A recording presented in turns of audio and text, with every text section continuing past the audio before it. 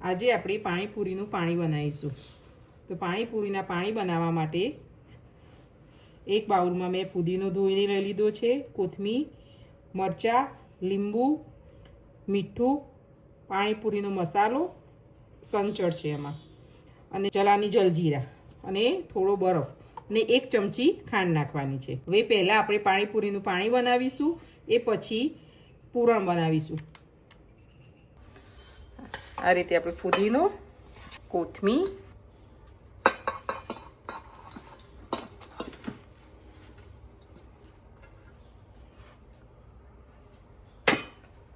મીઠું, સંચળ, મરચાં, 1 ચમચી ખાંડ, અડધો લીંબુનો રસ,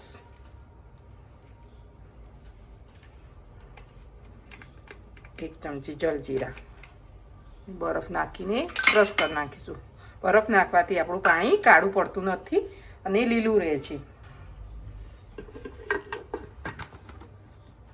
ક્રશ થઈ ગયું છે. હવે આપણે એને ગાળી લઈશું.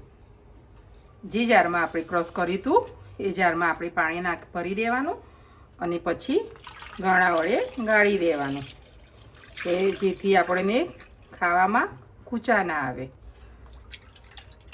આપણે હવે ચણા બટાકા બફાવા મૂકી દઈશું. ચણા મેં 4 કલાક પહેલાં પલાળ્યા હતા અને 6 વિસલ વગર આપણા ચણા બટાકા બફાઈ ગયા છે. હવે આપણે એને બટાકાને સોલીને પૂરણ બનાવી દઈશું. પૂરણમાં નાખવા માટે હું લાલ ચટણી બનાવું છું, જે લસણ થોડું નાખું છું અને મીઠું,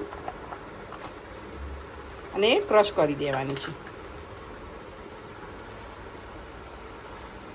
1 ચમચી મીઠું. આટલું દરદરું પીસાઈ જાય પછી થોડું પાણી નાખીને નાની પેસ્ટ બનાવી દેવાની. હવે પૂરણ માટે બટાકાને મેશ કરી નાખીશું. બટાકા મેશ થઈ ગયા છે. ચણા નાખી દઈશું. 1 ચમચી ચટણી નાખી દઈશું. કોથમીર સુધારી દઈશું.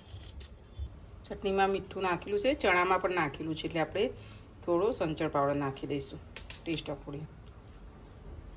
અને હવે બધું મિક્સ કરી દઈશું.